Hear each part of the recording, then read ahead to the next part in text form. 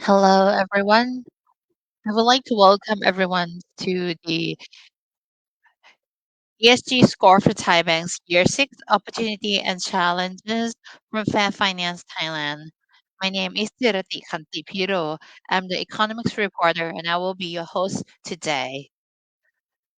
So for Fair Finance Thailand consists of Pasala Jamkat, International Rivers, Earth, Elor, and Foundation for Consumers.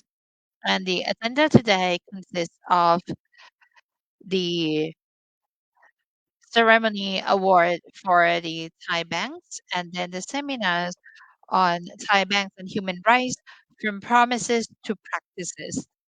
We are going to have a live through Fair Finance Thailand Facebook, but in Thai and English version. You can share the link to those who are not here with us today.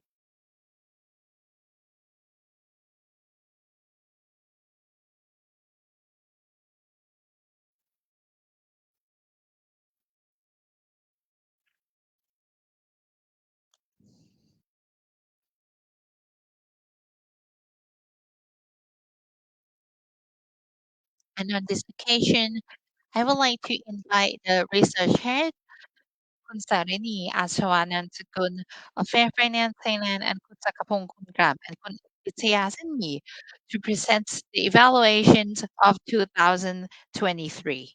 Please give a big round of applause.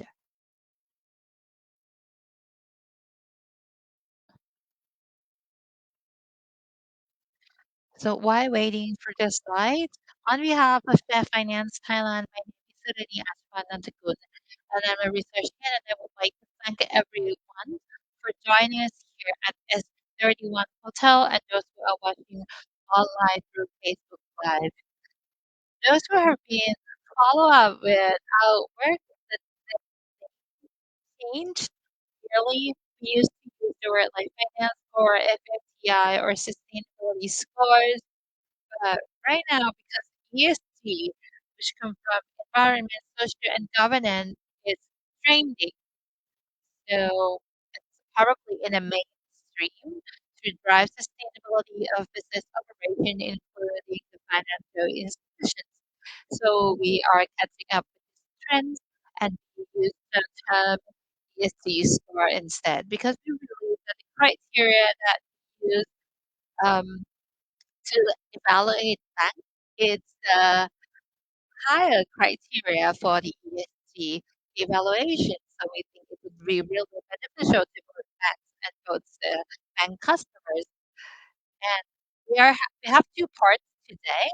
So the first part, we're going to present the evaluations of the research, the research findings, and then we're going to have a seminar. And then we're going to tell you why do we focus is on human rights this year, even though the criteria covers many aspects. So those of you who are still unfamiliar, Fair Finance Thailand is a member of our network of Fair Finance International, and our aim with Fair Finance International is to create indicators, criteria for civil society and public to monitor the work on sustainability from the financial institutions.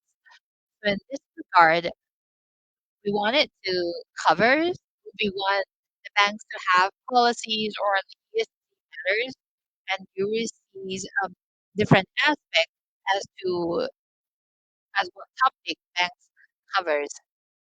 And we're like mediator via a bridge, the bridging between civil society and public to the financial institutions. And the financial institutions as an important stakeholders and the regulators as well. So before joining the network, we are actually the 10th country in joining Fair Finance Internationals. Before Thailand, there are 9 countries at the beginnings of Netherlands, and today we are honored by the speakers from Netherlands, who is, we can say, is the founder of Fair Finance International, and she's going to touch on human rights in financial institutions. And then after Netherlands, there are many countries in Europe, like France, Germany, and countries in Nordic. In Asia, we have Fair Finance Japan, and then we have Fair Finance Indonesia and Fair Finance Philippines. After Thailand joining this Fair Finance International, there are many newbies like Cambodia, Vietnam, and recently we have Fair Finance Pakistan and Bangladesh. And as Kundra has said, we consist of um, one research institute and then four civil societies to drive sustainable finance, and we work on many aspects. And today, work to here is the most public, and one of our main job, which is to announce the results of the ESG indicators of Thai banks, and we do this every year. And besides today, um, we also do other things like we work with regulator as well that are relevant to and those who are and we do the seminars during the COVID as well, and we work on different aspects of civil societies,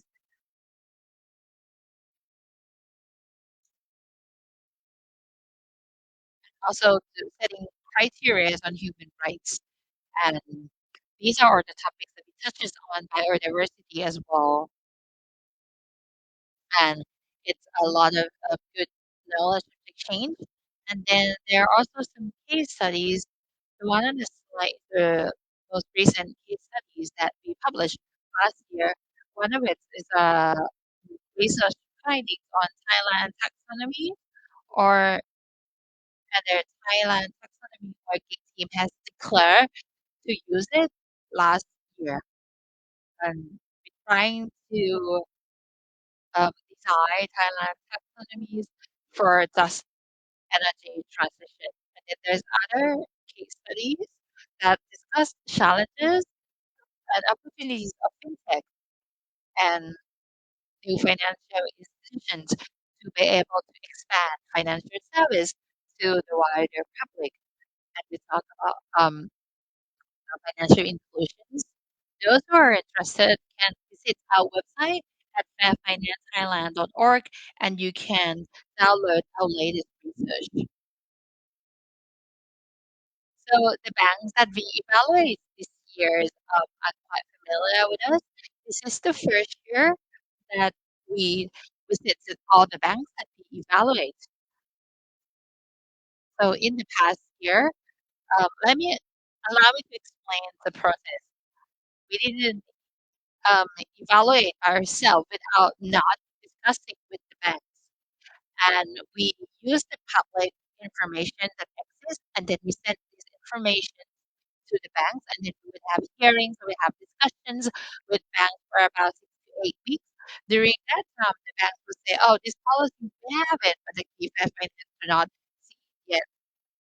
So they could ask us to like do some reviews, and then some of the exposed policies might be close to the score, but sometimes they said, "Oh, we have these policies, but the wording might not be right yet, so we want to fix it first, and then you can review us." So we have more banks talking with us, but last year was the first time that we get to visit all the banks. So we like to thank all financial institutions that allow us to see all of the companies, and it means that they're all very they show great interest in ESG.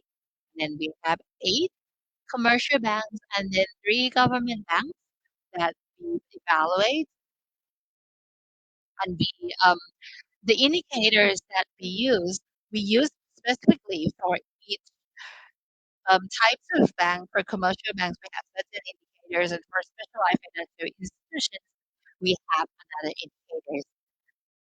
And as I said, why human rights this year?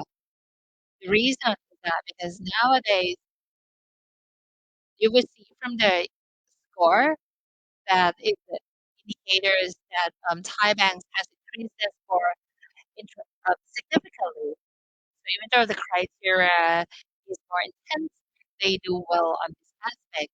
And business and human rights is very important and a trending ESG topic right now, and is a global trend because other foreign countries like European Union are doing considerations on issuing human rights due diligence with large companies that have European nationalities. So with these trends, we think it's very important. That's why we have to focus on this. This is like climate change. That's why we want to focus on human rights this year for financial institutions because us as the bridge, we would like to have a role in pushing this agenda forward. So for the evaluation topics, we do it in 13 topics, and these are similar to last year. And you will see that there's the green one are the topics that of Finance International evaluates climate change, corruption, gender equalities, human rights, labor rights, health, nature, tax, weapons, transparency, and accountability. And on the italic are topics that Fair Finance Thailand select to use to evaluate Thai banks because the context is appropriate with Thai banks, which is consumers protections, financial service expansions, and remuneration. Because we evaluate the SFIs as well, and because they do business differently from the commercial banks, that's why we exempt some topics of those banks.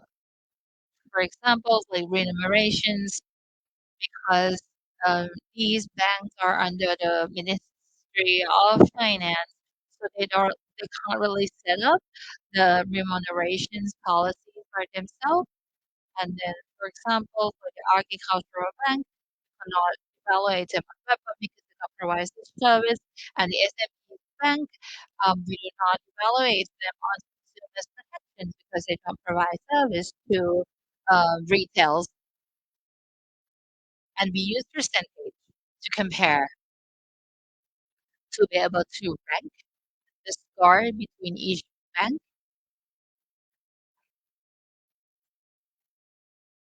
Overall, because the trend this year, there's a lot of change in criteria, and we have add 27 topics.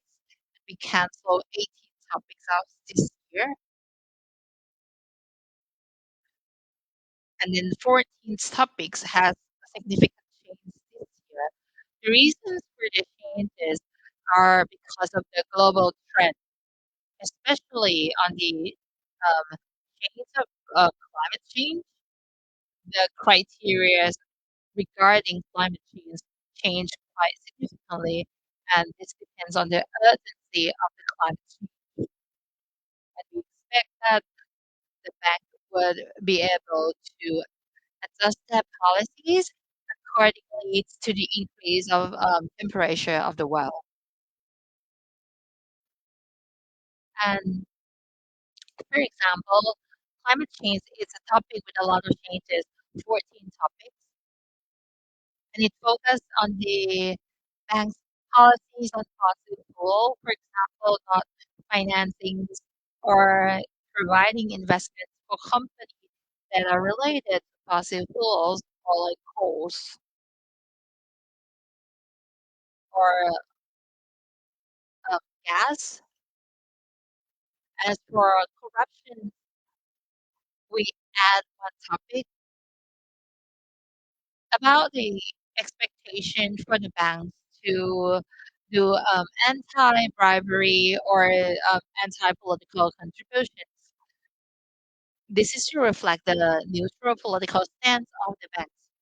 Next, on gender equality, we added three more topics, and we expect the banks to have trainings about gender discrimination, and we hope that banks will have guidelines for their customers to carry out such practice as well.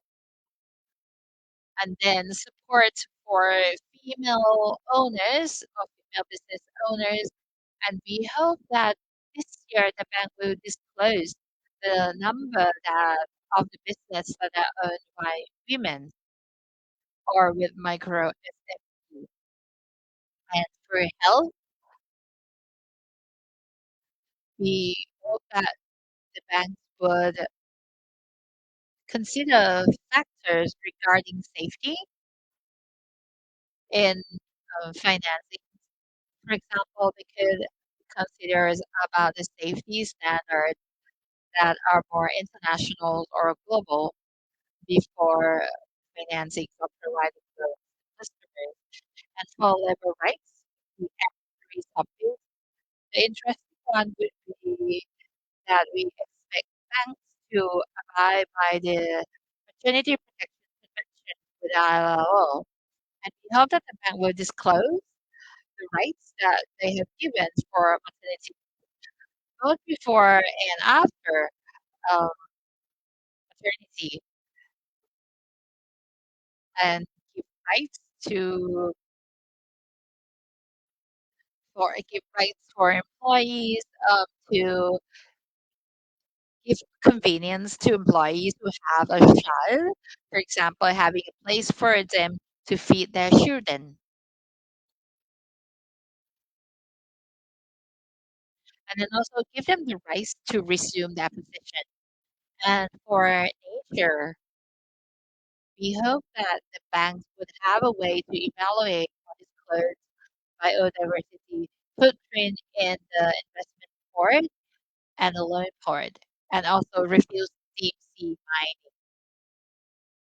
And for consumers' protections, uh, we want the banks to disclose about information about communication of products and service with um, easily to understand language and think about disabled and vulnerable groups.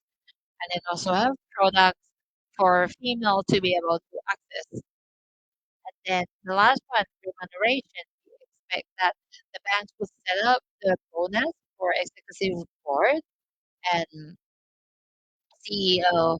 At least 60% of it would have to be aligned with the ESG goal. The information we use for these evaluations, we use the data on 17th November 2024 with data that is close to public, including the 56/1 report and sustainability report, CSR report, data on websites, and the commercial banks that get the highest has the highest score for 2023 is TTB, and then K Bank, Krung Thai, SCB, and then BBL.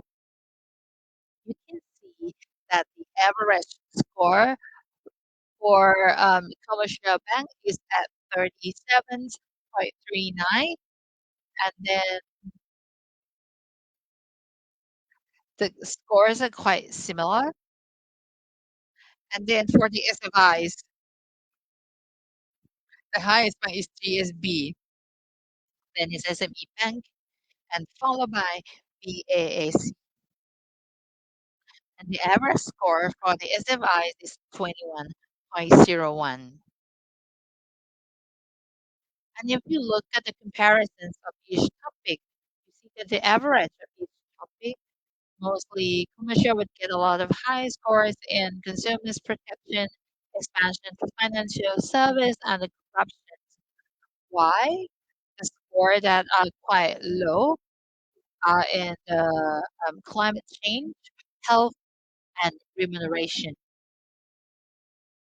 And if we look at these comparisons between 2022 and 2023, you will see that The topic for the score that increase are at corruptions, human rights, gender equalities, and accountability. Why there are six topics that get less score, and the highest one is on nature and labor rights and the financial expansions. And this is to compare between 2022 and 2023. You will see in the picture the commercial banks remains the same. It's BBL that has increased in their rank from 6 to 5 in this year. But if you look at the score, you would see in the overall picture a lot of bank scores decreased. This is due because the criteria has changed in this year. Why therefore the SFIs for SME banks had increased in their rank from the third last year to second this year. And in the overall picture, you would see that the overall evaluation of the bank in the past 6 years, most of them got less score, but the ranks remain the same. And there are many banks that disclose that policies better, and that's why they get increased in score. For example, like SME Bank or BBL. So the research team has visited for a discussion during evaluations in September to November of last year, and we found that some of their banks has like disclosed more policies and they did some revisions. And the banks that do the most revision is BBL, next is Krung Thai, then TTB and SCBs, K Bank, and GSB. As for BBL, um, they did one report according to the TCFD, and their BBL now disclosed that they have set up committee in working to reduce their greenhouse gas, and they're trying to have strategies to reduce greenhouse gas as well. And then the banks also disclosed information about not participating in lobbying activities. They disclosed policies on the maternity protections,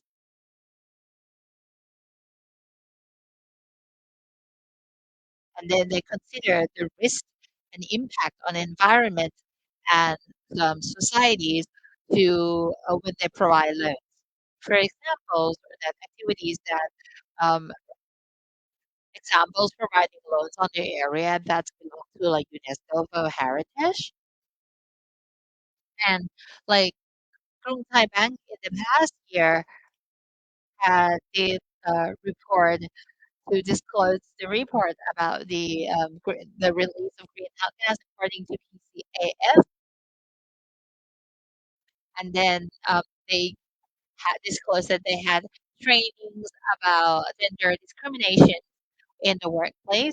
It has the maternity protections criteria, and they also had the grievance process policies revised as well. And then TTB disclosed about that they have a training on gender discrimination in the workplace, and they have revised policies on environment and societies, on human rights and on labor rights to make it more aligned with criteria. For example, the bank said that the customer would not have cannot use student labor in our farm, and the customer has to have no cannot tolerate indiscrimination. As for SCB, they disclosed more that they have report about tax for the business that work with them. Before this, it was only SCBX, but right now they cover SCB as well.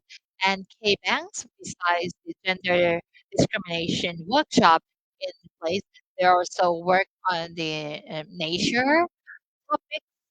And the GSB had disclosed the goal for zero greenhouse gas release in 2050, and they also disclose debt collections, and the company they're assigned to do debt collection on the bank's website.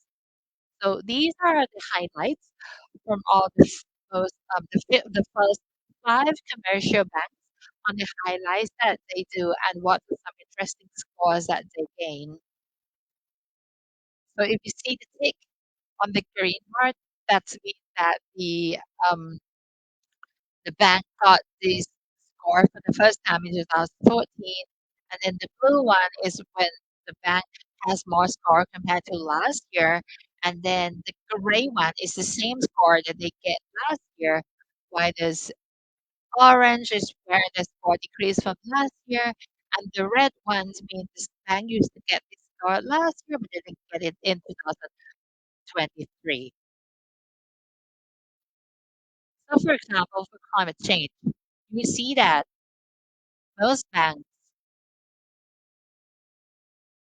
they get scores that are related to fossil fuel, which means not supporting or not financing, not providing investments on companies related to fossil fuels, for example, like thermal coal, also having strategies and time frame that are clear to limit the increase of global temperature not beyond 1.5 Celsius. As for corruption, BBL and KTB has a clearer dispose of anti-lobbying policies. They also disclose the anti-political contributions as well. And gender equality, as I said, many banks now have trainings about gender equalities and gender discrimination in the workplace. For health, for the BBL and the bank, now they think about they have uh, they have set up their health and occupational health policies for their customers and for human rights. The SCBs get more score on disclosing zero tolerance policy and for the labor rights. Many banks get a lot of scores in the first one, which is to respect about the maternity protections according to RLO. Many banks disclose this rights that they given to their employees who has become mothers. However, BBL and ATBs are the only two banks that disclose all three conditions, which covers like the right for maternity leave and the right to resume position and the rights for convenience, meaning that they provide a place for the mother to feed their children. And for nature, a lot of the PBL get more score uh, compared to last year.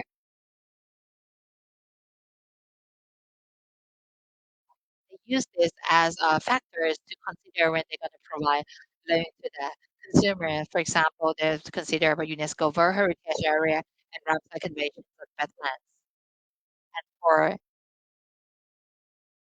and then K-Bank get more score on weapons as no tolerance on productions, development, and tests on the weapons.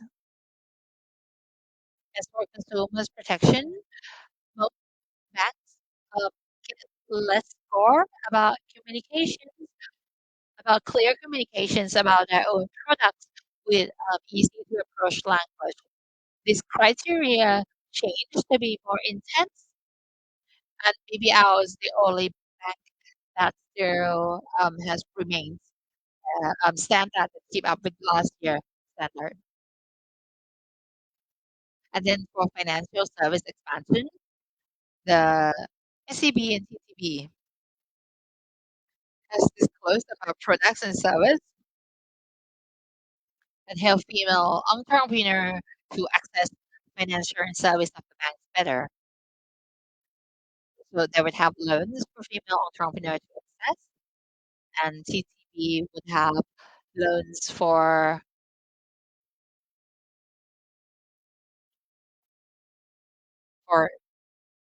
those for the partners that are the same sex that they can access loans for housing.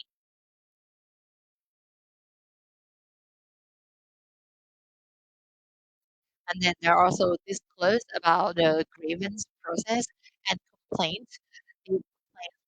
This complaints process would covers not just only the product but all the investment that they have done. So for this past year, what do we see? We found that the first five banks can still disclose policies that aligns with the new criteria from FFDI. That means that the banks has improvements about their ESG criteria continuously, and then most banks prioritize corruptions issues, which coming from that the report that they anti-lobbying activities and then also anti-political contributions. And lastly, what's important is that the banks also prioritize gender equality better, and this is reflected through many banks having trainings for gender discrimination in workplace, and also they disclose the policies regarding maternity protection convention of ILO, and they also disclose about the product and service for a female entrepreneur to access financial products and service. Next would be interesting policies from the banks.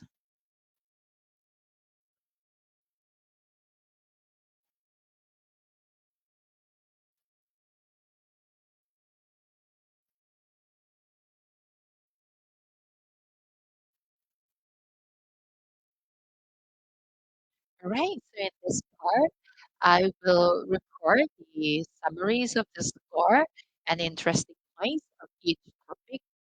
If anyone want to look into details, you can look at the website of Fair Finance Thailand or the hard copy that's distributed in the booklet that you receive from joining the event. So the first one on climate change.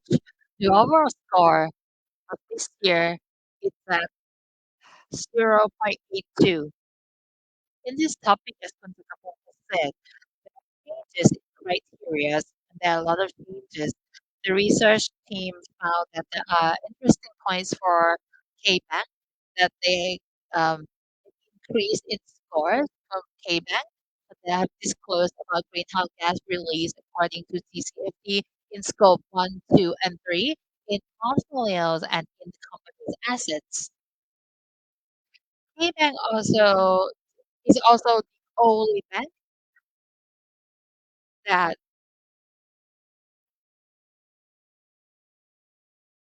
consider roundtable on sustainable biomaterials. Next, about corruption. The overall score is at 4.79, and we found that most banks prioritize policies about corruption because the bank has to follow the Repression and Anti-Money Laundering Act of Thailand. Besides this, we found that another interesting issue is that we have seven banks that get a new score here on having policies for the anti-political contributions. And next, about gender equalities. And for this, overall score is at 1.61. Most banks get score from disclosing policies or an zero tolerance of gender discrimination and also zero tolerance for gender violence.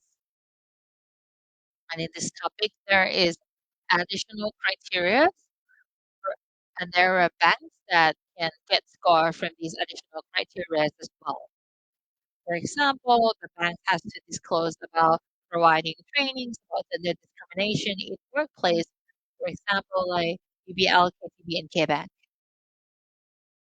And then they also get score from disclosing the support for female entrepreneurs and compared to all MSMEs. Next, for health, overall score is at 0.55. And for these topics, there are only few banks that get the score. The banks are BBL and KBank and CTB. The bank who get the score, normally they would get the score from having customers who have policies about health and occupational health that covers following international standards. And they use that when they're providing loans. For examples like occupational health management according to ISO, and then the respects to human rights about health and safety in the workplace according to the ILO Convention. Next is human rights. So as I said, this one doesn't have a lot of change, and the criteria this year is at 2 points, and TGB interestingly has the highest score here, and the policy is that TTB said that the bank customer has to respect the rights of, sorry, the UNGP's principle. Is the only bank um, asked for the FPIC or FPIC for those who are impacted for using lands for their arable rents. Next, for labor rights, the overall scores of labor rights is at 1.68 points. And in these criteria, we have some additional criteria, for example, like the third one that said that the banks must declare the policies about welfare that is in accordance with the maternities as set by ILO. We have BPL, SCB, KBank, and KTB that get score in this regard. And the one that gets full score is BBL and KTB, as Kun Takapuk has said, as they declare policies that are aligned with the ILO's principle, which is BBL and KTB. Next, for nature, you see that in nature it's at 1.35,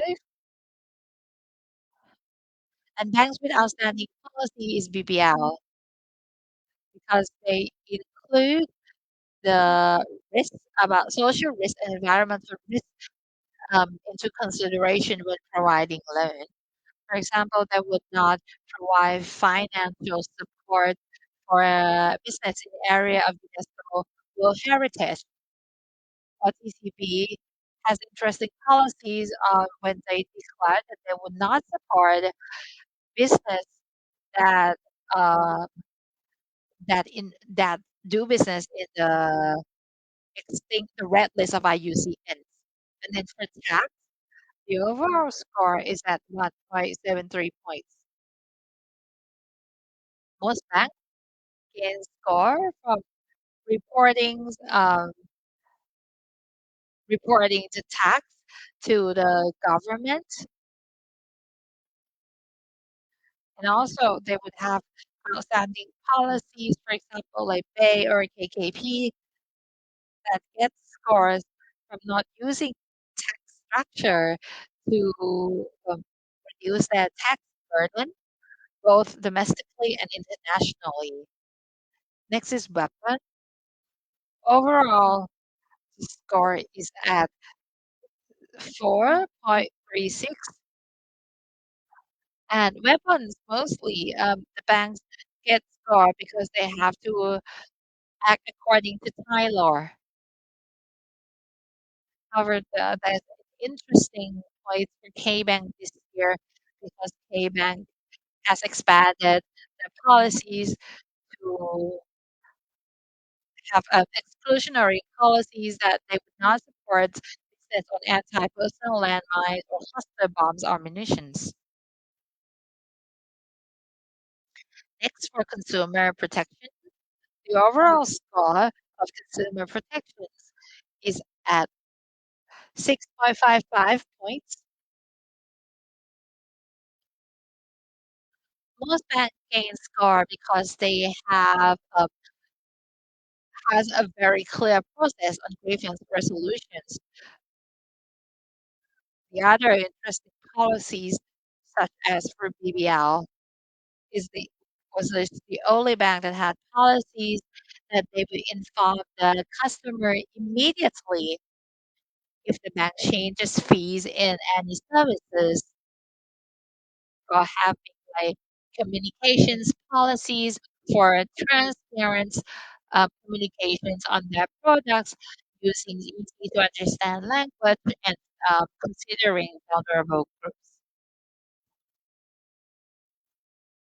Next is financial service expansion. Overall, the score is at 6.15 points. And then we have one additional criteria, which is having products that had a goal to help female to access more financial service of the banks. There are three banks that get scored this year, which is SCB, Bay, and TTB. And the examples of the products, uh, for example, from Bay, like Krungsi Women's Female Bonds, supporting female entrepreneur to access financial products of the banks better. Next, remuneration. The overall score for remunerations decreases at 0.46 because some criteria are cancelled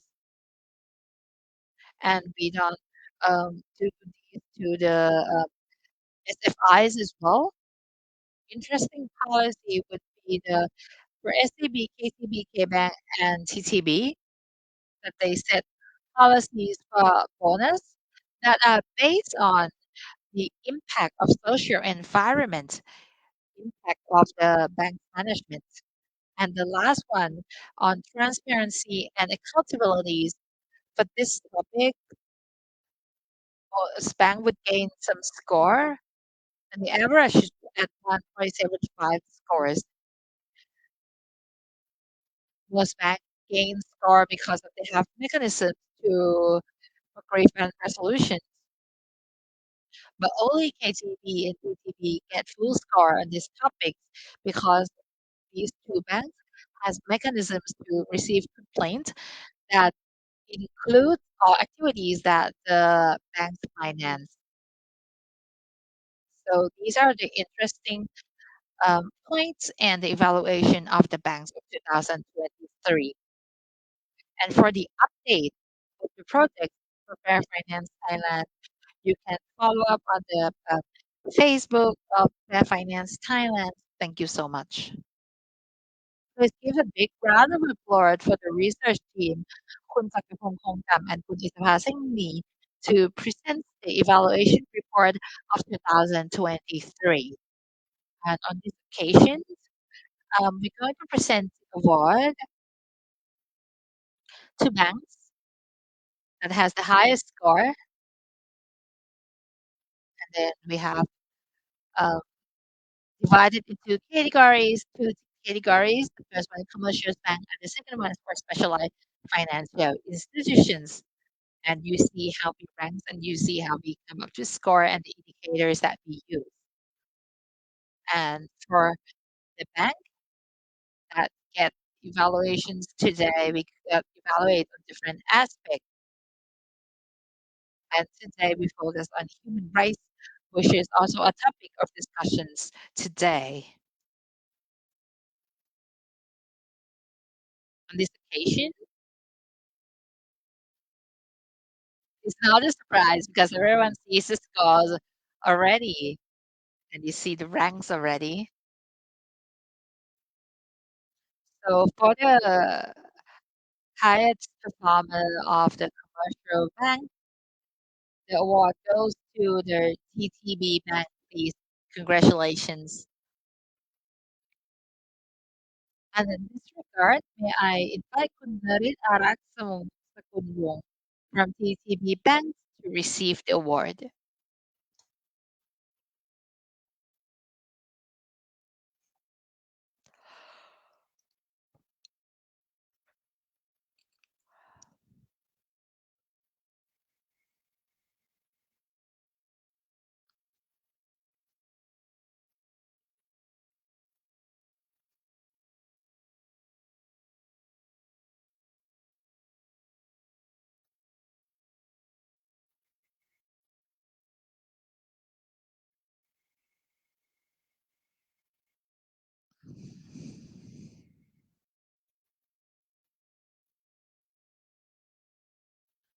And the outstanding policies for um, TTB Bank is, for example, for climate change, corruptions, and many other topics. In this regard, may I invite Kundarit to give a little speech? All right. So my name is Narit, and I look at strategies and digital of TTV. And in this regard, I like to thank Fair Finance Thailand. And I get to hear when Concernee discuss about elevating the criteria on sustainability in the financial institutions. And I look at the score from the research team.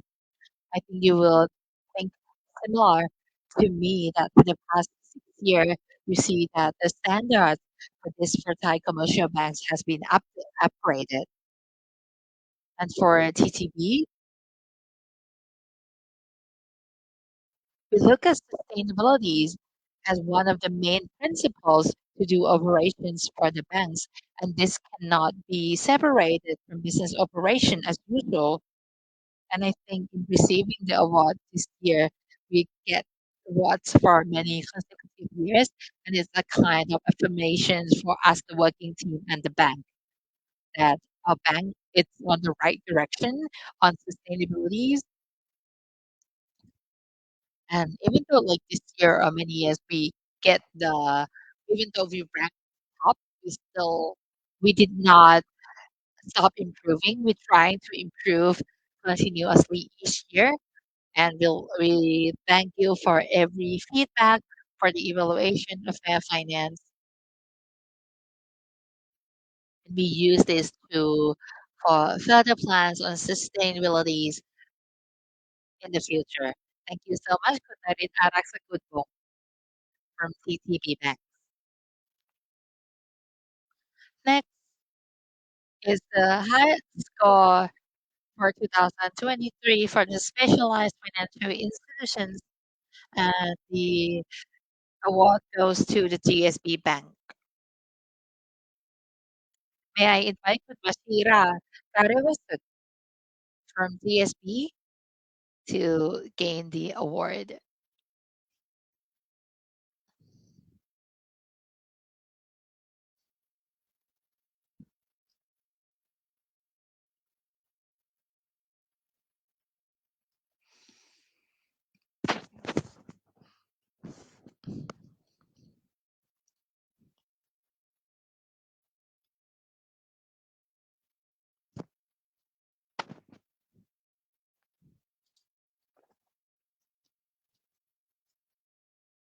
And on this occasion, may I invite Basira to deliver a speech?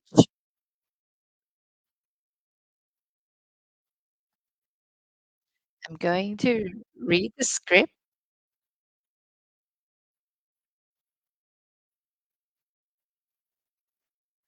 So on behalf of GSB, I'd like to thank for the award for 2023 for specialized finance institutions categories, and GSB has joined with the Finance Thailand evaluations for the first time in 2021, and we have been consecutively ranked as first for FSIs for the third year. GSB is a financial institution for the government, and we operate to support the government's policies and the Ministry of Finance policies. And the strategies that we try been trying to focus for the past 3 to 4 years. We're trying to become the social contribution banks, which means that we do dual missions banks. So we do the mission of regular banks, and then we use the profit that we make, and then we subsidize the mission for society to create positive impact or larger impact for the public. And the past and the past work would have reflected the work of the bank and how dedicated and how much dedication we are. And we try to have the ESG goal set. For example, like in the past year, besides our net zero target, we apply ESG scores. We set up ESG score for the first time, and we apply this for evaluation when we going to provide loan for customers. And we start with the large customer first, 500 million baht and over,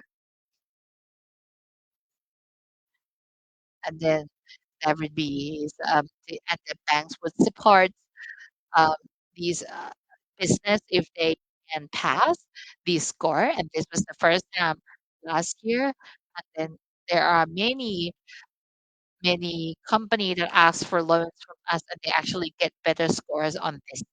And it's actually an incentive for the companies to have better ESG. If they get higher ESG score, then they would have incentives from the bank. They would get more loans, or they would get better interest rates. And if the score is below the 3, then we would categorize them as that categories of like have to be watchful or careful. And then some of it could be joined as like ESG transition partner, where we could help them to have better score so that they can become a better customers for the bank. And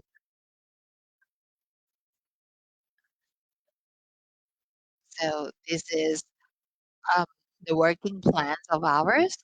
And as everyone knows, sustainability is not a goal but a journey, and it will never be finished. That's why we have to help each other, especially on financial institutions, to make our societies better and for our society to get good finance.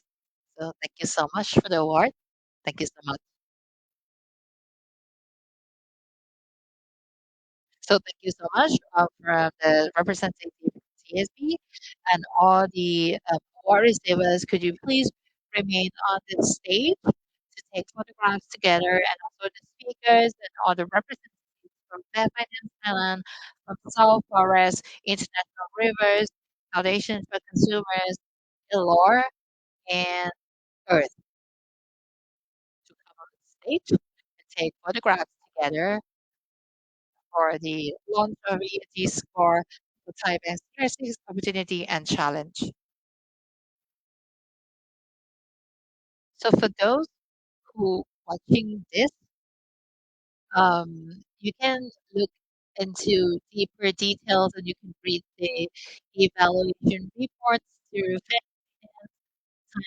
FinanceThailandReports.com. And the work here today, we are honored by all relevant um, sectors, including the evaluators and those who are being evaluated. And this is the sixth year, and this confirms as how Thai Bank sees this as important and prioritize the sustainability indicators. And today we're going to discuss about human rights, and human rights will be an important topic for evaluations in the future. And here you see we are joined by those who received the awards and representatives from South Forest, Foundation for Consumers, International Rivers, Illinois, and Earth. After this, after the photo session, then the next sessions we will have a seminar on the topics of the importance of human rights and the bank's business operations and the relations to commercial banks. So please give another round of applause.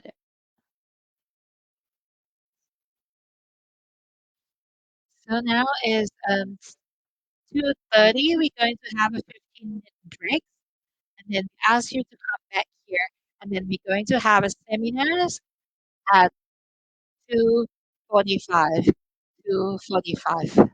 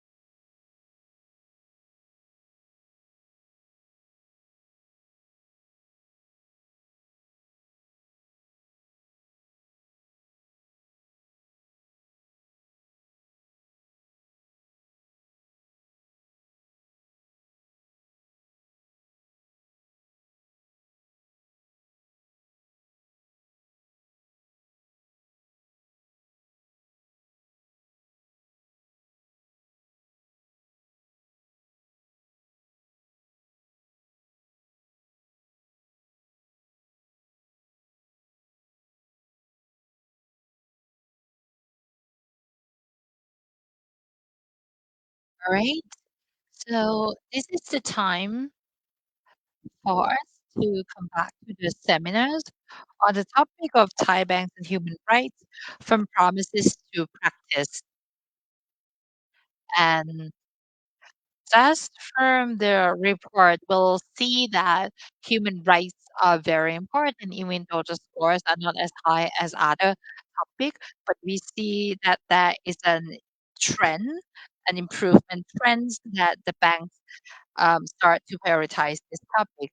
So this time we are going to talk with those who are stakeholders with human rights. And today it would be a hybrid between online and offline, and there would be speakers who join here.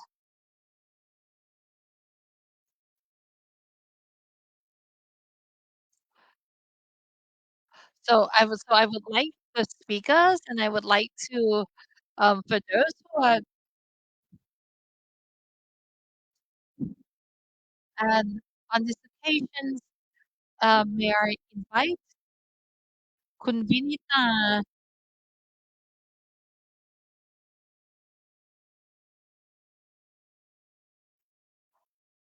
and then I would like to invite speakers from SEC, and then Kun Sarini Thanawantakun, um, to help summarize for the comments from Miss Barbara Oster, who is the Senior Financial Specialist from Novib and also the lead for Fair Finance Guys International. And then we also have other two speakers who are online. The first one is Kunmari Rakasepum, International Human Rights Sector's Director from Rights and Liberty Protection Department of the Ministry of Justice. And then another speakers here, Kumsa Ratanamani Ponga, Executive Coordinator for the Community Resource Center Foundation. And both of them are here with us through online channel. So we have two here and then two online. So good afternoon to our speakers and thank you so much for being here. And we're going to start with Kunsara Tanamani on the topic of the importance of human rights on the financial institutions. We have seen that in the past, Kunsara Tanamani has trying to um, discuss about human rights topics with the banks. So if you could please start. Hello, can you hear me well? Yes, clear. All right. So I have to apologize. I cannot attend in person, so I'm going to use this occasion to discuss and exchange with you. I think I'm going to present about the importance of the topic of human rights and Thai banks. And I, I heard about the evaluations of operations of Thai banks, right? Especially on the social responsibility and human rights responsibilities. We'll see that the banks cannot turn away from responsibilities for society's environment and human rights because we found that eventually all the projects invested or financed by banks in different areas of Thailand cannot avoid finding investors. And we found that in different projects, the owner of the projects cannot use their own funding to fund projects. That's why they have to ask for loans from bank and to get support from the bank to be able to operate their business. And for many years of working, I found that the important issues is that a lot of development projects impact both public in terms of human rights. For examples,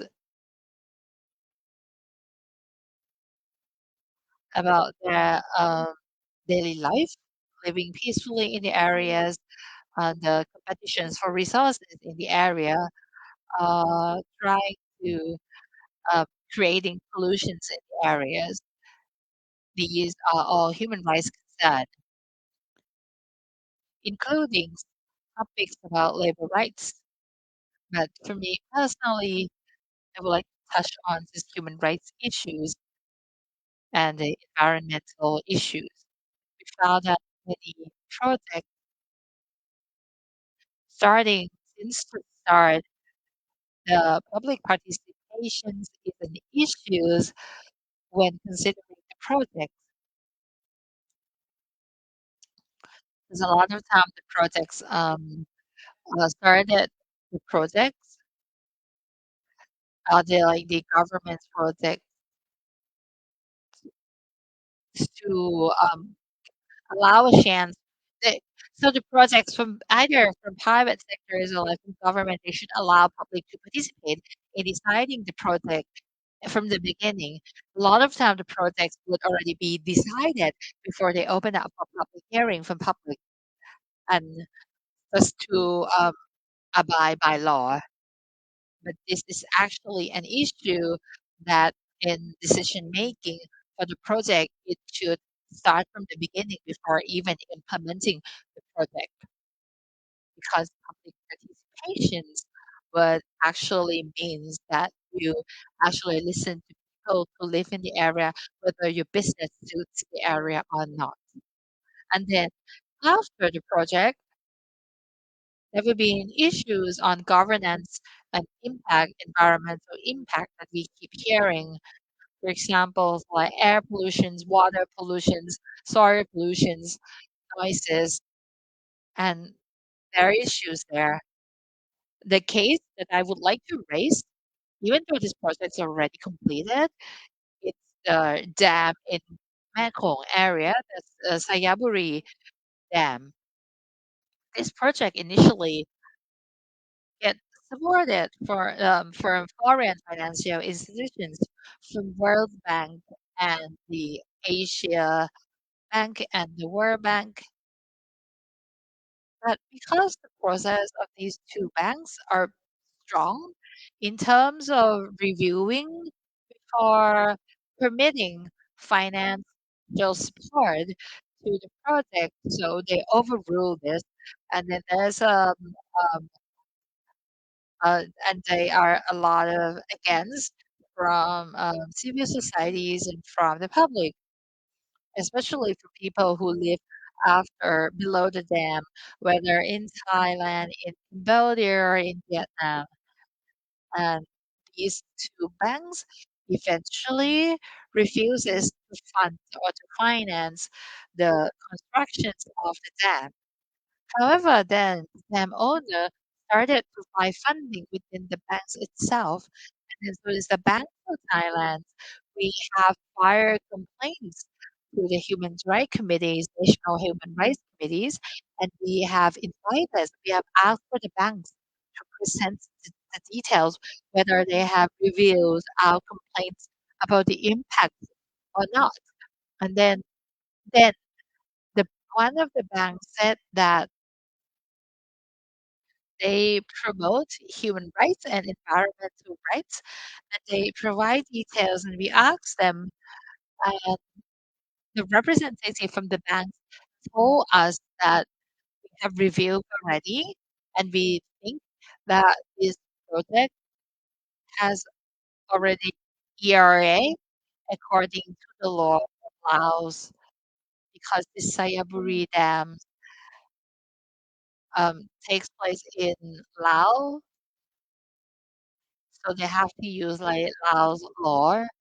But we argue that this case is a transnational project, so it should be reviewed the process and the environmental impact in Thailand as well to understand the actual impact of the project. But the bank said that because laws already allows it, so this is in accordance with the missions of the bank of the good governance mission of the bank. This bank is financed by like 6 to 7 banks to give the um, money for this project. The construction's already started and there's already power generations and public around Mekong area already mentioned the impact that they will receive. So we hear about blue water or green water in Mekong area, which never happened before.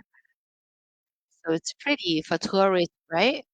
But if you talk to the locals who live nearby Mekong River, who knew Mekong River, they will say this is dangerous. This is a dangerous beauty because it doesn't have the dredge that have to come from the upper stream that is beyond the dam, and this changed the ecosystems in the Mekong River. So this is an issue to think about when you talk about banks having policies of good governance. Even as of right now, they have a process where they have to do like 360 review of human rights, HRVT, or even doing one report of SEC. How comprehensive they are. For the Sayaburi Dam, it's a very obvious case study that shows that banks participate in financing or supporting human rights or environmental impact on the public. Another one is their gold mine at Loy province. This one, it was a foreign bank. And the issue there is that this foreign bank sued for the gold mine to go bankrupt, and then the impact of the mine still remains or has some residuals. And when they bankrupt, the money or the assets of the companies, when they were sold to the market, this money were not being used for rehabilitation of the environment around the mine. But then these money were being sent back for the debt owner, which are banks. This is a bit different. So this is foreign bank, right? But this case study that I would like to raise because if the National Bank of Thailand governing banks in Thailand, can the Bank of Thailand govern the foreign banks that invest in Thai banks as well? We found that the most discussions right now talk about a effort to govern only Thai banks in Thai country, but we should consider how would we overseas foreign banks that invest in Thailand as well. The next issue we found to be important is that these developmental projects do not disclose about funding sources. That's why they cannot reveal which projects receive funding from which banks. And this is another issue for a public sector to participate in doing reviews of these projects, whether these projects really what's from who, so that the public or civil societies can demand those banks to do some reviews to not finance projects that are have too great of an impact on the public, or whether the public sector can ask for determinations of bank supports of those projects, or how could bank take responsibility of the impact that the project creates. So if you research the data, you find that each project in Thailand that exists that impacts human rights and environmental impact. There's no list as well, like the loans where they come from, or even the informations of the companies that ask for loan. When there's no these data is for public transparencies, the process to review about the financial flows very difficult. To file complaints to bank, that bank is financing projects that are impactful, could be very difficult. And this is not private projects, but government projects as well. Sometimes they don't clarify the funding source. And here would create an issue that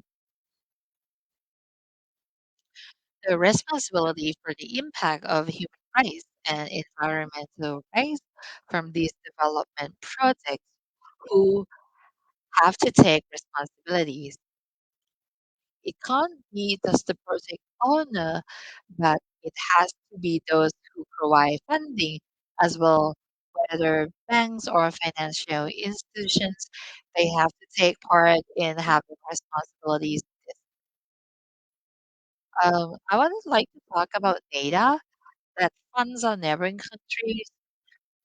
Data disclose informations, and that's how we found out that data funds for neighboring countries for roads in Myanmar.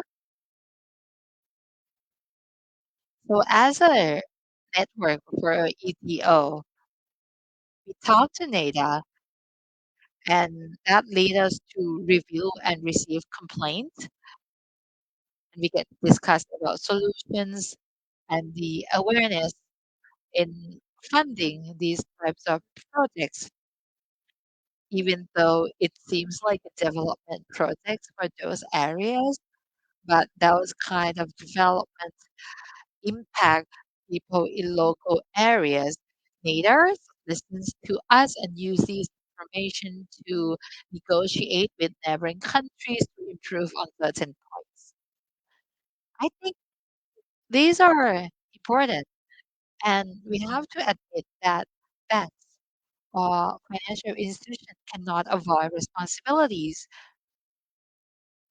They're not the violators of human rights or of the environment, but they are part of it, and they are tools in being part in create this impact on environment. So I'm going to end this session here for me.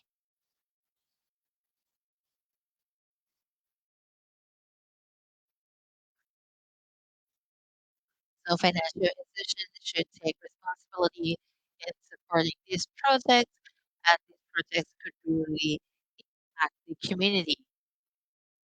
For example, Sayaburi Dam or the gold mine at Loi, as I said, that these projects could really impact the public and environment, and the civil societies try to negotiate with the project owner and the financial institutions or the commercial institutions, commercial banks that take part in financing the project owner.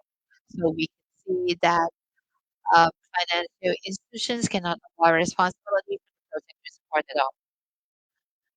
Next, we're going to Kun Narirak Pashay, who will discuss about the roles of Rights and Liberties Protection Department that supports the human rights issues about financial institutions. Hello, can you hear me? You can hear me well, right? All right. So first, Rights and Liberties Protection Department, Ministry of Justice would like to thank you, the Finance Thailand, for organizing this and allowing us to participate here today. And a lot of people may wonder why our department is here, because our department is on government agencies that promotes about human rights, and is an agency that issue policies that would like to create a practice in the country. And the government assign agencies to be the main agencies to push forward human rights issues, especially in business, promoting knowledge and developing measures to promote responsible business practice. So for our department, as I said, we have one important policies. I'm going to show the PowerPoint. I'm not sure is my PowerPoint on. I'm just gonna say now. For the department, we have one policies that issues during 2019, and this is a national plan for the government that join with other sectors to assist the policy framework that promotes the human rights in business. And this plan, some of you might be familiar with this action plan already, but for business and for human rights in business, these are the main plan. The first one is in 2019 to 2022, and the first one was in from 29 October, and that terminates in 2022. And then the second plans come from 2023, and that will last till 2027. These plans combines between the measures from the government and then the measures from the business sector. Next slide. You can use your mobile phone now to scan the QR code, and then you would get this action plan or what we call NAP2. And then you see about four chapter. The first one talk about principle such as like promoting human rights in business. The second one, second chapter is talk about the way we do this action plan.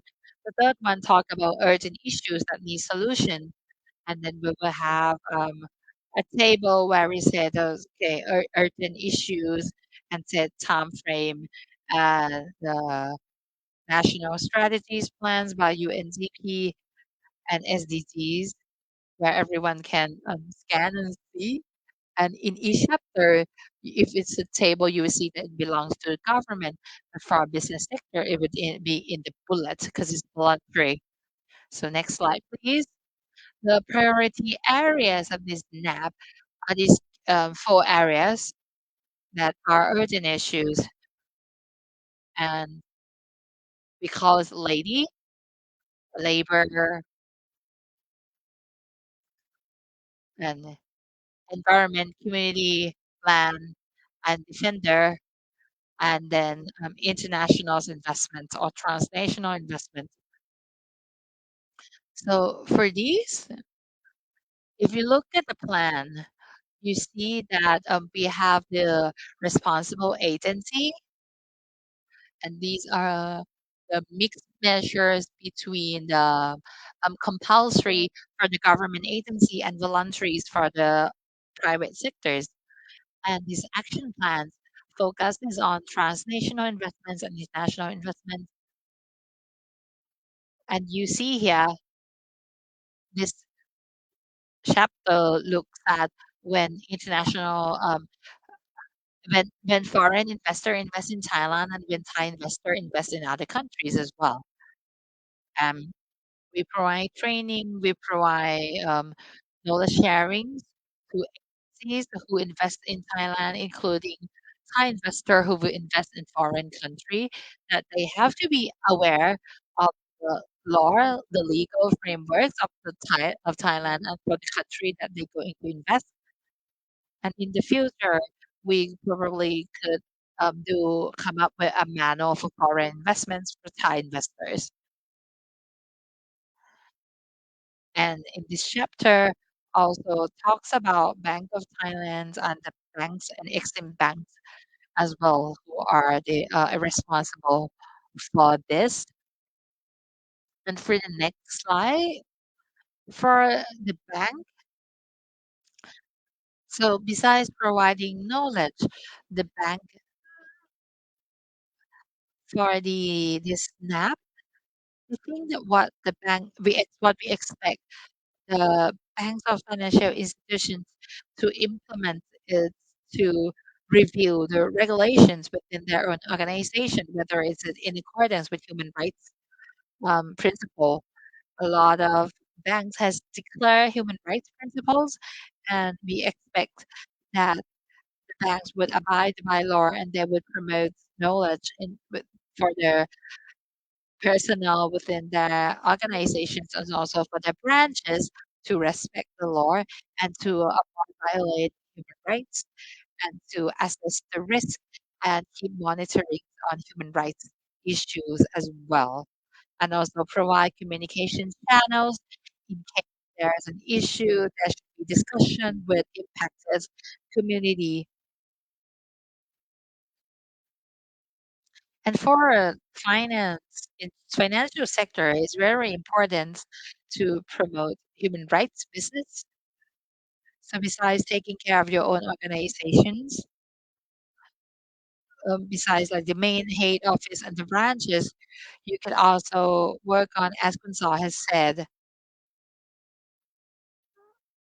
you can use what NADA use is that in providing loans to any company, you might give them requirements to do human rights review of the projects before you decide to give them loans, and that how can be taken in considerations before you make decisions.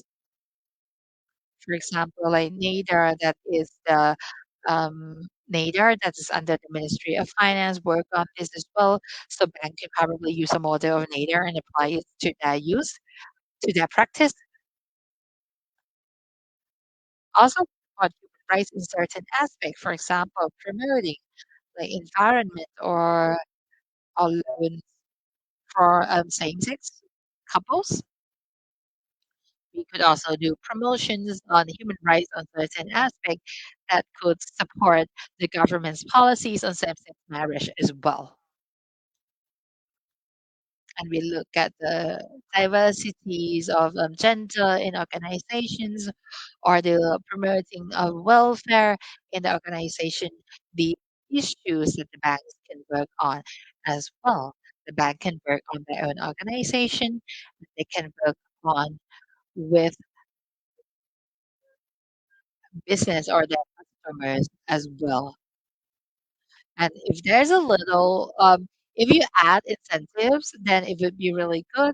If you said that if the business is eco-friendly or they promote sustainability, I'm not sure if the banks can do it, but the banks can probably can consider as well interest rates, like special rates that can provide to them in the future. If you can do this, we want positive incentive, and in the future, the Rights and Labor Protection Department will work more with banks. Some of you must have known us, um, our department through mediations, but we also work on human rights as well, and we trying to bring banks as role models to actually provide knowledge to other banks. This is our plan for this year. And finally, for the business plan and human rights, they are compulsory measures for the government and voluntary for private sectors, right? But the global trends are moving towards compulsory. So voluntary plans right now could be compulsory plan in the future. So from action plan now, it could be laws in the future. So this is something that banks have to be aware about the global trends, about the national trends as well. Then slowly we will work with other sectors and banks to prepare for this. Thank you so much. So she talked about the national plans. So as the government agencies that oversees regulations on human rights.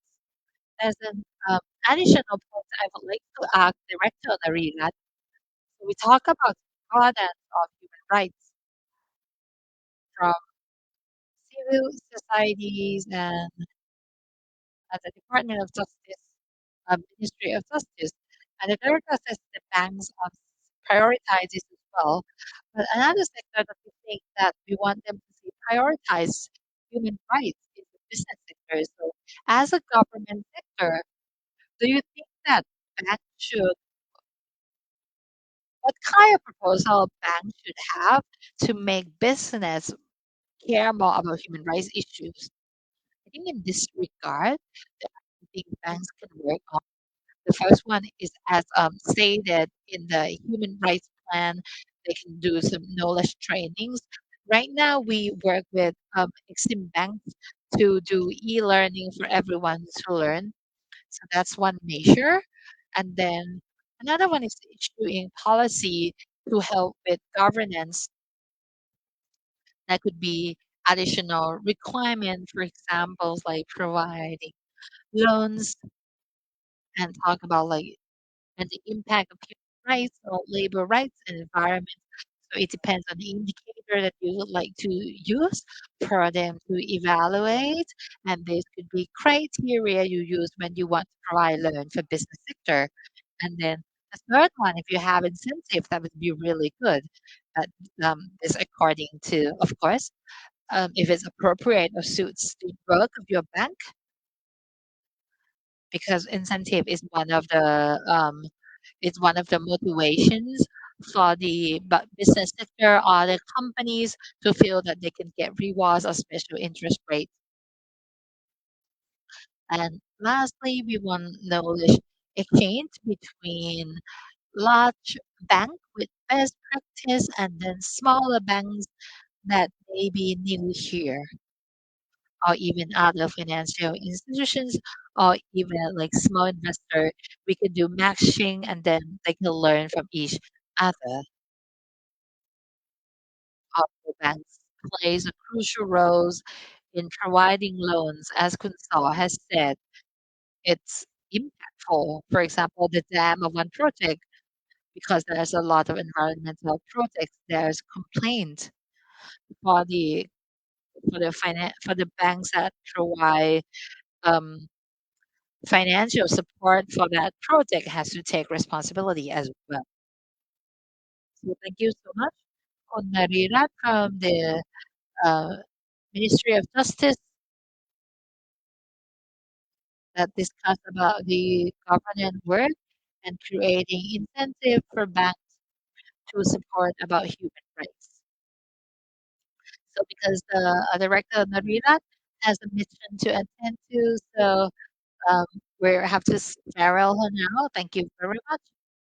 Next, let's look at the regulator, Kun Winata Kuntang Watana from the SEC. I would like Vinita to discuss about the guidelines for the SEC to promote about human rights of Thai banks. Uh, Hello, everyone, and thank you, the organizers, for inviting me here. I have to congratulate Thai bank first. We see the improvement, but we still have to journey on. And then these are challenges and opportunities. So for the SEC, as a regulator, it does not work like overseas, right? But for the roles, this is not oversee, but we promote and do improvement the ecosystems of the market, the investment market, for the investment markets to capital markets to be a market for all. And so the business has to have good governance, they have to be responsible for social, environmental issues, and they have to operate on effective mechanisms. So coming back from the strategies of the SEC is actually aligned with national strategies because we have to use national strategy as a reference. So the sustainability plan that that were mentioned, we have like the map that Director Narirat has mentioned. All this drive to the latest strategies from the SIC that announced recently this year until 2026. So we focus on the credibility of the Thai capital market. And this credibility has to go together, like the green economy, digital economies, or the economy with that promotes inequalities, and that could lead our country to sustainable development. So the laws are not enough. That is why banks or companies register in the stock market has to work on this themselves, and they could help other companies to work on this as well.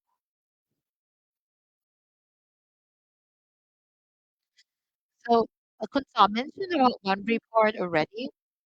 So with the authority of SEC cannot oversees the business practice, but what we can use as the guideline is that we ask the company to disclose information. So to be able to disclose, so they have to have the practice, right? That's why we ask for the one report to reflect not just storytelling that says about policies, but we want them to mention about practice. And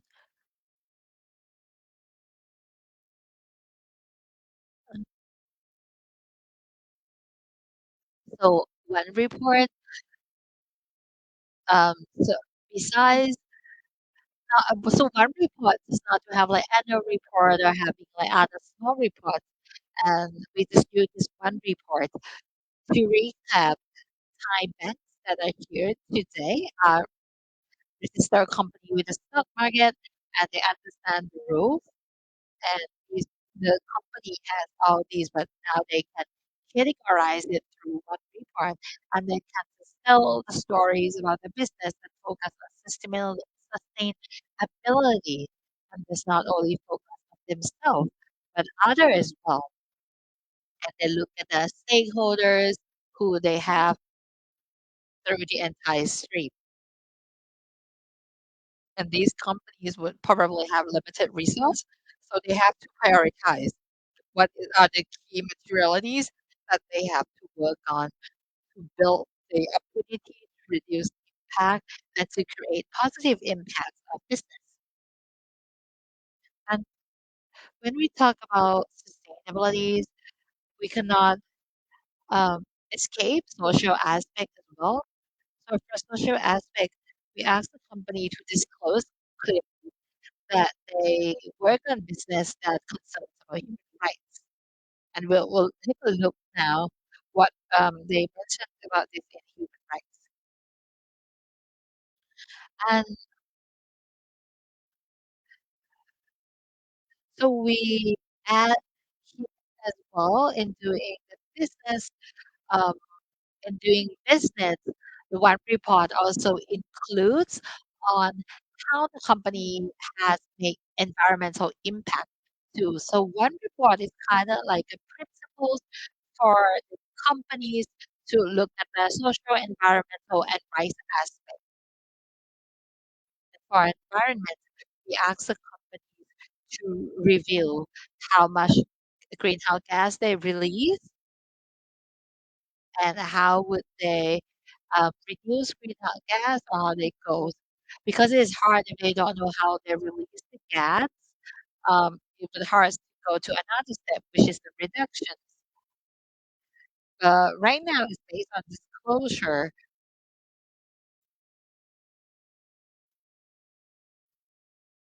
So when the company uses this channel to invest, it had to say that the money is what project the money is being used to, and then the investor can use this one report to find out about funding, whether they actually use the money as they were promised at first.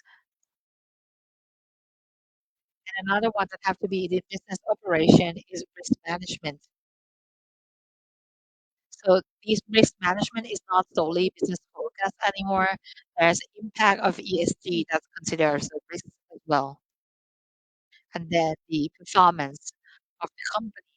So if the company has to invest more or have risk for assets that might be obsolete, the company has to consider about it. For example, like MD&A or forward look, we have to look at these issues. As Kun Yui has said that we're going to talk about like social aspect, right? It's not the social aspect because the integrations of the business operation, it has to start that we want to be good corporate citizens. So policy that think about social aspects concern that your business must not have surrounding communities and must not harm environment, and you must have good governance. So this begin by first having commitment, and it has to set goals.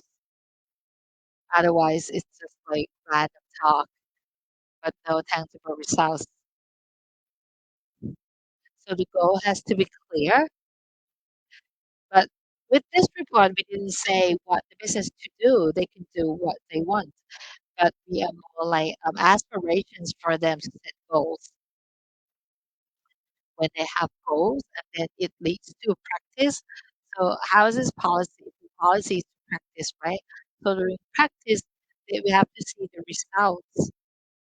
Otherwise, we don't know how would we take care further, and then we have to review the policies whether the policy is working or no. So this is kind of like HRDD. You have to review your own due diligence, and with this guideline, with this criteria, it focuses on business actually practicing all these and being the market force. We have mechanisms in place, for example, having training, or we have the manual that you can download, and this slide will be filled in for everyone. You have a manual that will be the base to understand about sustainability, and then we would have the HRDD because it is a one-size-fits-all principle, which is HRDD, and in the following space, you would understand. I'm going to go to one more slide. So we talk about fair finance, right? So we have the CGR. Last year was the first year. We categorize before this we do the equities rights, and then into five categories. The new one we use the word stakeholder instead of equity rights, and we also use the term of sustainability, sustainable business development. So we try to harmonize slowly with this, given this using these criteria right now. So we apply ESG into this scoring, and this is something that we probably have to monitor. The results we found that some of the registered companies has the highest score on the second category, which is on stakeholder and sustainable business development. Next, we will think about what we expect from the journey. So thank you so much, Director Vidita, that talks about the work of SEC as regulator to implement firm policies to practice and taking and how they taking care of register companies, and then how they try to push forward for disclosure of information through one report and using the ESG to disclose information. Today, if you have any questions, you can ask our speakers. You can raise your hand at the end during the Q&A, or if it's not convenient for you, you can write down questions in the notes. And for those watching online, you can type the question, and then the team will bring the questions on the stage. Another one who will join us here and talk about human rights promotion is Ms. Barbara Oosters, who is Senior Financial Specialist from Oxfam, Novib, and Fair Finance Lead Project. And Barbara has talked about this through video, and Kunsarini will summarize what Barbara said.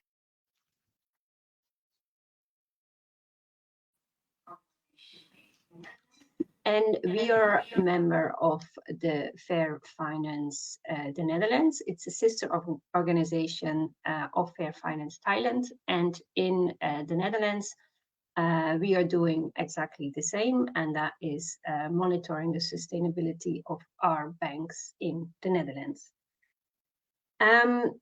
I would like to thank you, first of all, for inviting me for this to have this presentation and for this panel discussion. I would like to start with saying that and stressing the importance of the financial sector and banks for and on human rights. The impact of banks and financial institutions can be enormous on human rights, both in a bad way, but also in a good way, because of all the finance and the investments and the decisions that is being taken for funneling this money to companies. And decisions on that can funnel money to companies that violate human rights, but also funnel budgets to companies that are respecting human rights. But besides this fact that it is just the right thing to do, it is also wise from a business perspective and from a risk perspective. And knowing the finance sector a bit, they're very, banks and the finance sector in general are very much focused on limiting risks, since risks, of course, can lead to delays in repayments and also to losses. So if you look at the first slide, these are some headlines from media which show a bit of the risks that finance sector can have because of investments or the finance chain of a bank. For example, if a company that the bank is financing is not following a proper process for land acquisition, it can lead to unrest and protest, and that can lead to delays, postponement, or even failure of a project. And that can also lead to losses. For example, if you look at one of the headlines related to a company like Vale, that had to do with a company that was building dams, and it led to a disaster where 272 people were buried alive when a dam collapsed. And this company, Vale, had to pay $7 billion to people, and as they were condemned in court. And just last week, they had to pay $9 billion for another disaster, another mine disaster that happened. So in the end, this will mean less profits and less money in return for you as a bank. And similarly, company Fugro, that is the final media lead that you can see, really crashed on Demrec, which has to do with the stock market, because they were involved in this dam collapse. So also scandals like this can lead to companies leading their social license and losing contracts elsewhere, and even drops on the stock market. So that is linked to the fact that banks really can, that it can, from a risk perspective, it also really makes sense to focus on human rights.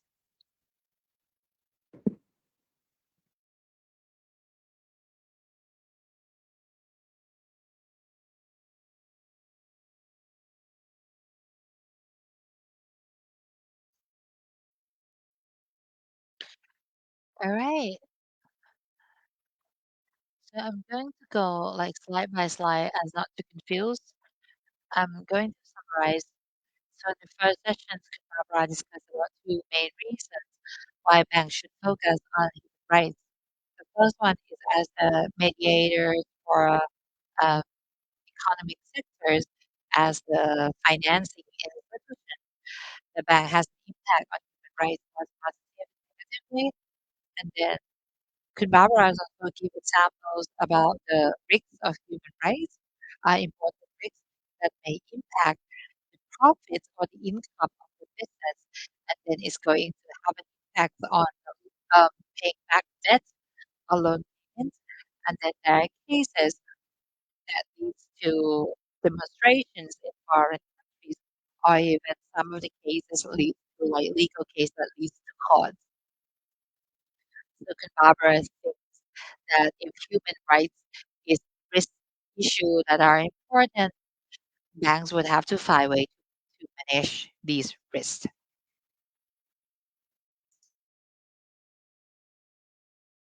Focus on human rights.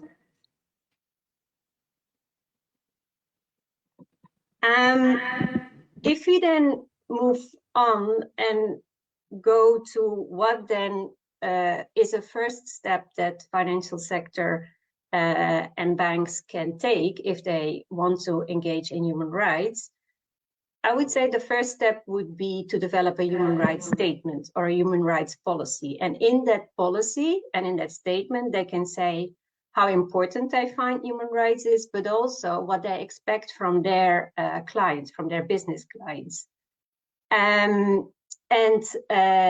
For example, I've copied in here the human rights statement of a Dutch bank, which is called ABN AMRO.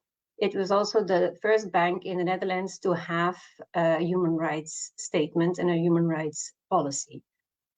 In this policy, it's also important that banks show that they also have excluded certain companies, which really they see as a big risk on sustainability, and in that way also a risk to themselves as a bank, and have an exclusion list. Like, for example, lots of Dutch banks by now have exclusion lists related to, for example, no investment in coal, but also a lot related to specific weapons, or related to tobacco, or also like ABN AMRO has an exclusion related to companies that do not respect indigenous rights of people, and do not respect the free, prior, and informed consent of indigenous people. Secondly, then you have to look at your own portfolio of your clients. I think the most important or the easiest is it when you start engaging with new clients, because then, of course, you have the biggest power to negotiate with those clients. You're in a negotiation process as a bank, and you can say that you expect that your clients have a human rights policy in place, that they have a due diligence process in place, and that they have grievance mechanism in place. And in fact, it's also your insurance and your best way to limit your risk profile related to human rights violations. So you select out the worst, and since you will not accept them as clients, and also you will get warning signs before things will escalate, because these things will reach your clients through, for example, a grievance mechanism before things become worse. So it is also from a perspective of know your customer, which is quite a familiar term to banks. It's a very sensible thing to do. And the second thing is looking at your own portfolio, your existing portfolio, and do, like we call a materiality assessment. So, and that is related to identifying where the biggest risks are in your portfolio. And of course, that will depend from one bank to another bank. If you are a bank that finances a lot of, for example, agriculture, the agriculture sector, then you will have other risks than if you finance, for example, ICT companies. If you have a lot of agriculture companies, you will automatically link or look into issues related to land rights, for example. And once you have identified the clients with the biggest risk, you can start an engagement process and see whether you can move them upwards and move them forward and have a constructive engagement with your clients. For example, I've put here also on the slides how, for example, a bank like ABN AMRO is doing that. Lots of banks, they do have their own engagement processes, but also they often involve external organizations who are doing that engagement process on their behalf, because often banks, of course, have lots of clients. And lastly, of course, it's very important to report back. So all of our banks will have a yearly human rights report in which we can see what has happened, what has been their focus, and what has been the results of some engagement processes.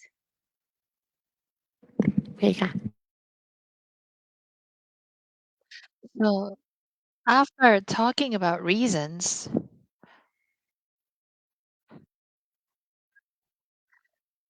Barbara also have recommendations. And from working with the banks in the Netherlands, she found out there are three recommendations that banks should do if they want to start working on human rights issue. First, the bank should have a clear policies on human rights, and the bank should declare expectations towards their own companies and their own subsidiaries and their supply chain.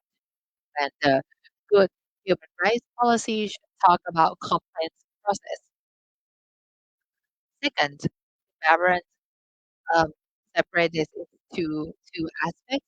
Barbara says for new customers, it's easy because the bank does not have exposure or any relationship with that customer, so that could be set as conditions for this new customer that they must have the human rights policies to do like human rights due diligence before doing business with bank, and the customer would have to have a good grievance process before they can get loans. And these conditions are also a criteria for finance scores. And for existing customers from that, Barbara used the word engagement, which means to take care of those customers and talk to them before engaging with them, try to evaluate the risks of their own portfolio and look at the loans that they provide in the important sector. For example, like agricultural sector, the banks would have known that there would be risks about land usage. So once they have this understanding about the human rights risk in their own portfolio, the bank should engage with customers and how they can help customers to do better. And the third part is about disclosing informations about the business and human rights. And in this part, we expect that the banks could do annual human rights report. For example, like many banks in Netherlands are publishing annual human rights report. And then we're going to look at her final part of her presentation. In this slide, I just wanted to show you a bit what why Dutch banks started involving a lot on human rights. It all was started a bit after the Rana Plaza disaster in Bangladesh. As you know, a building collapsed and more than 1,000 people died because of that. And it really shook up a bit the companies and the finance sector in lots of countries worldwide, but also in the Netherlands. And as a consequence of that disaster, there was a whole process starting in which NGOs and companies and also banks started discussing amongst each other what they could do better related to human rights. So as a consequence, lots of human rights policies have been developed afterwards. And finally, I would like to share you a bit the how our banks are performing on human rights policies. So this is from our last policy update of the Dutch banks. And you see that most of them score quite well on human rights, but this also has to do with the fact that we have been engaging with them already for quite a long time, since the Dutch Fair Finance Guide exists already since 2009. So also to show that it is really possible to integrate all these policies and integrate much more human rights policies in your work. And if I compare the outcome of the policy update of the Thai banks with the Dutch banks, I see mainly that Thai banks have lots of policies related to their own work and their own working environment, but less related to the companies and their business clients. And that is, I think, where the big step has to happen. Really looking at the companies you invest in, because that is where often the biggest human rights violations happen, and where you as a bank, through your finance, can really make a big difference. Thank you. So for the final part, can Barbara discuss reasons that why Netherlands banks prioritize this? It's because of the collapse of plazas in Bangladesh 10 years ago that caused us thousands of deaths. And that was the same year that the guidance from the UN has launched. So it was a reason why the Netherlands banks become aware of the human rights issue. And there's also demand from the civil society. And on the last slide, Barbara has shown the score of the Fair Finance Netherlands um, has scored them. Some of them got like 100% score, and that's come from continuous collaboration between Fair Finance Internationals and banks for 15 years. It's the oldest Fair Finance in 2009. And lastly, Kun Barbara has left some remarks and say that Thai Bank has a lot of policies, but most policy are relevant to the banks themselves.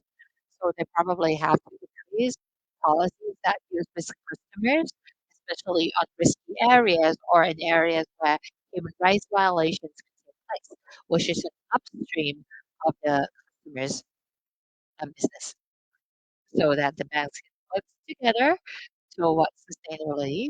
And thank you so much, Kumbabras, as we are the newbies of Fair Finance. So, Concerning have given us a brief summaries of Kumbabras, Oosters, Senior Financial Specialist, and Project Lead Fair Finance Guide, Netherlands. And anyone with questions or anything they would like to exchange with speakers, you can prepare your questions now, or if you write on the notes, you can pass on the notes to speakers. So for this second round, Kunsarata Ramani has talked about that there are issues and challenges ahead of us. I want to ask about the solutions or proposals of solutions.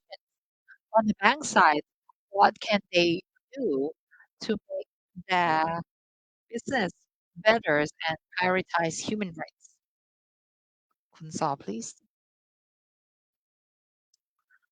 So after listening from Kun Vinita, Kun Narirak, and Kun Barbara, we'll see the gaps of Thai banks in having gaps in protecting human rights or environmental issues. The first thing I see that there an issue is about data. We cannot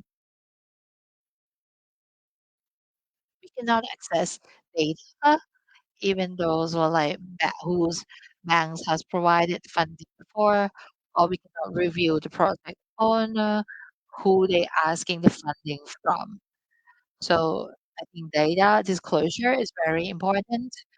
We have the PDPA, right? But it's only for the government or like the public um, data.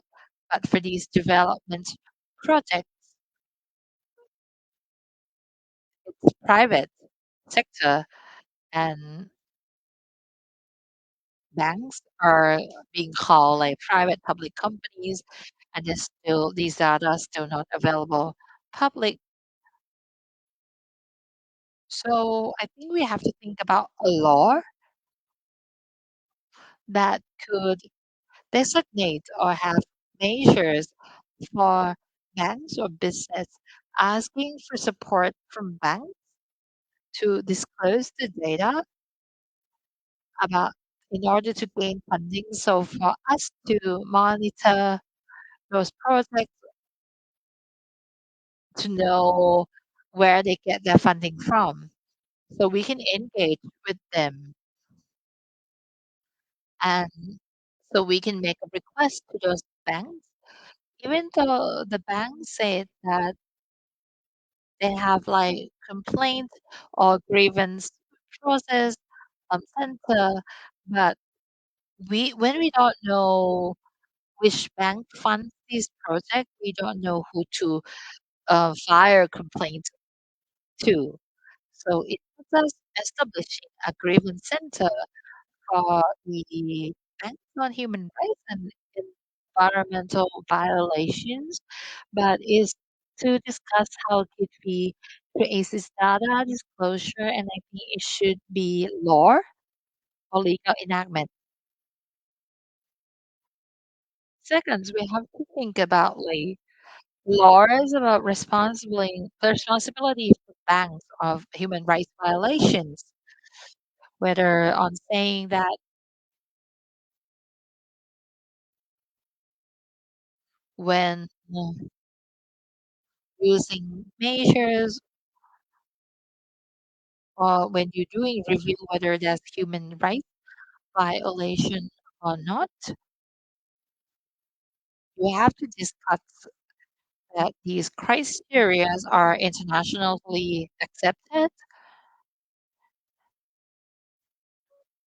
If there are gaps, for example, if we see that the criteria on EIA in Laos are measures that actually are less strict than those in Thai or use lower standards, we have to use higher.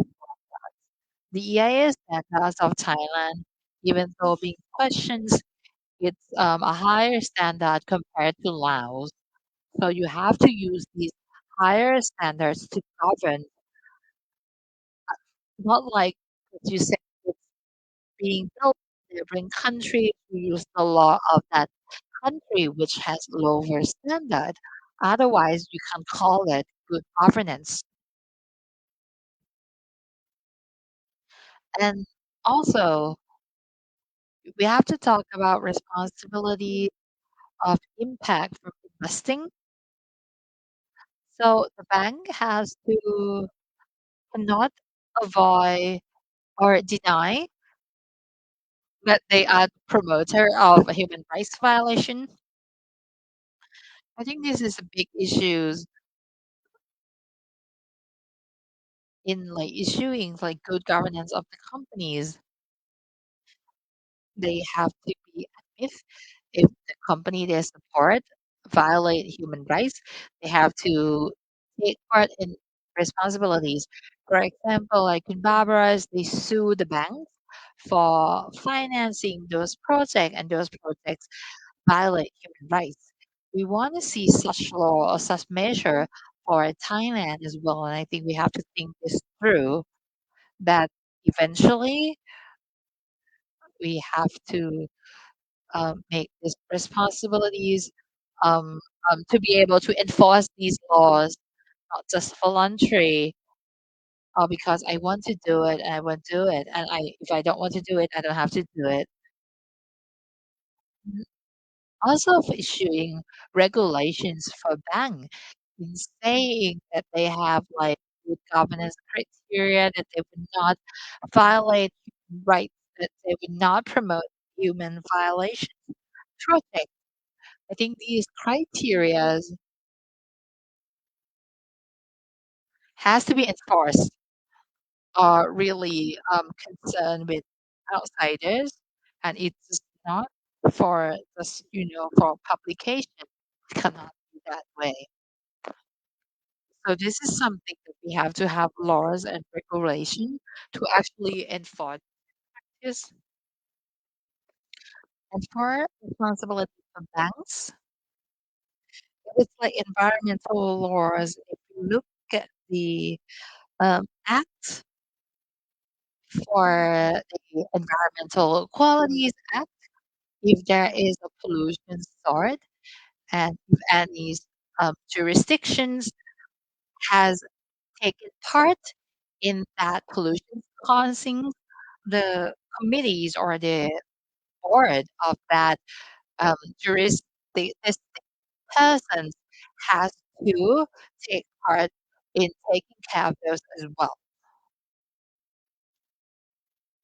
So we're trying to expand responsibility to just not to resisting persons, but those in authorities as well. Because we have to admit that when there's accountability for the resisting person, we would we would seize the issues of like having fall on a mattress or having a cushion and they don't have to take any responsibility, do not have to take any accountability for it. And I think we have to review these law of our countries. And another part for banks, I think Thailand has a law for responsibility for subsidiary. We have the proxy law, but Thai law doesn't have responsibility or affiliations. How can we come up with laws that deals with governance of affiliations if the banks invest by founding companies and they ask that companies to work on certain operations, and so those companies has to be governed and have responsibilities to those who are impact, and then the impact has to outreach to the mother company. We have to admit um, that many part in business try to minimize the responsibility that they have. So how can we overcome this? And how could we have law that actually cover our responsibilities and accountability? Because like the mother companies try to come up with ways to minimize their own possibilities, and how could we have a law that if their affiliation or if their subsidiaries did something wrong, how could we make other companies um, responsible for it too? And for banks to have impact on the company that they fund, they have to have measures for those that receive funding. They have to have measures on having criteria that is similar to banks. Because as Kunpanita said, all banks are under the same, right? They're in the stock market that they have to work on like one report. By doing one report of the bank or doing HRDD of the bank, this has to be enforced with the companies that the bank provide loans to. So it has to be measured for banks and to ask for those companies to have measured whether like HRDD or one report or what. So in order for the banks to not avoid the impact of human rights violations, because if there's this measure, the bank doesn't have to, takes responsibility further because these are already enforced on the customers to actually carry out the practice of non-report or the HRDD. And this can ensure that these projects will not, um, this is to ensure that these projects will not be engaged in the human rights violation and become protested by the public. So this is to protect human rights and also to protect the bank itself to have more stabilities in funding the company. And last, I think what's important is that we have to build awareness of the public and how can we build awareness of public and banking that for them to respect human rights and to not violate human rights and not support human rights violation indirectly, that is the same issues that all sector have to work together. I believe that if we have measures that can govern and overseas, then we would have sustainable development and it would move towards direction that has respect to human rights and it will create stabilities for both business sector and the bank sector. So I think this is something to work on together among many sectors or even the banks or the SEC has to allow civil society to participate and discuss and work together to come up with framework and process. Thank you so much.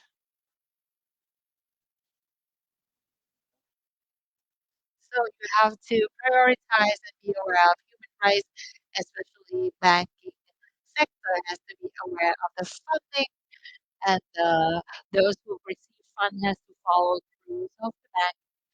The law has to be effective, whether laws related to um, data to disclose information to know where the funding source comes from.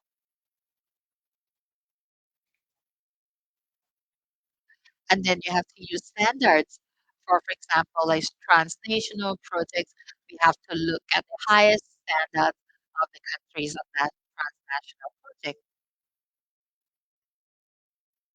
and the impact of the project has to go back to those who provide funds as well. So we're going to Director Vinita to talk about challenges and expectations of business on human rights issues. So I'm going to slide traffic. So can I have the last slide? So I'm going to encourage all registered company now because there are a lot of improvements at the monitors and one report found that registered company since the year that they launched one report, which is 2021 to 2022, found that a lot of the companies disclose human rights policies, and they also discuss their practices. We found that over 90 companies they disclose this. And this year, which is for last year, 2023, we found that the disclosure, uh, the disclosures from 91 to 94%. And we found that Thai companies has done a lot on this part. If we talk about international standards, we did not enforce, but if it has preference, it could help with the credibility of the companies. We mostly refers to UN guiding principle. And when you look at the HRDD, we found that sometimes it's in the process, but the companies with the full scale might not be that many yet. Mostly we look at one report, and we're trying to look at the sustainability report. Because sometimes the company did not disclose in two channels, sometimes it's on their website and on other channels, and sometimes the evaluator does not um, review all those. So they look at one report or sustainability report, and they think that about 10% of them refers to HRDT, and the recent year is about 20% that refers to HRDT. So we actually have to congratulate banking. All the listed banks use HRDT as a process to operate on their business. So do not give up hope. Yes, we have a lot of improvement. Also has said that it has to be collaborative. So banking sector could be the practitioners and could also be a helper or the one who enforce, put forces on others, being say like how the companies drive on others. And for sustainable finance, we see that the banks start to see who they providing loans to and in what aspect that asks for sustainability. So we see many issues here like green finance, social finance, and we see a lot of financial institutions. It's a win-win. You get it and I get it. It's if the companies do it, the company can grow, banks can help reduce this rate, and banks can still have continue to have customer with the bank, so it's a prospect for the bank as well. So this is a collaboration, and I would like to see the bank perform such things across value chains. Bank could help and play a role in being their partner to encourage them and to make their credits impactful. And I want bank to report more on this because it's a positive storytelling and it's incentive for others. And there are many banks.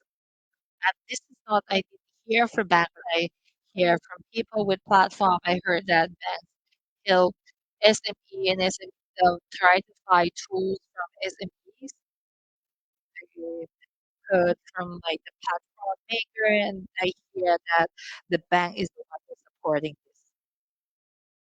And the last step, so it has to be from the top, not just bank but our business. I want to see this when turned from the top, and then one thing that we cannot overlook at all is the human capital. So we have to see how can we create a resources, pool human resources that can work on this together. Another one is that all forces are important. The market force can help us go through this journey together. Thank you so much.